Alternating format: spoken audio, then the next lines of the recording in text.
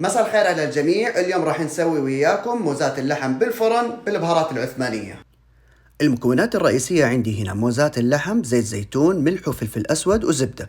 أول خطوة دهنت الموزات بزيت الزيتون وعملت له أحلى مساج، وبعدين خلطت الملح والفلفل الأسود وحطيته من جميع النواحي للموزات. بعدين حطيت ورق القصدير وفوقه ورق الزبدة، وحطيت قطعة من الموزة وبعدين فوقها قطعة من الزبدة، وسكرت عليها وعلى الفرن على حرارة 400 لمدة 3 ساعات ونص. وكده غلق الطبق حقنا لهذا اليوم. طبعا زينته بالبهارات العثمانية، وبجنبه البطاطس المسلوقة والسلطات والشطة والرز اللي بالزعفران. أتمنى أنه الطبق عجبكم، وبالعافية علينا وعليكم. ولا تنسوا تشتركوا في حساباتي الرسمية في السوشيال ميديا.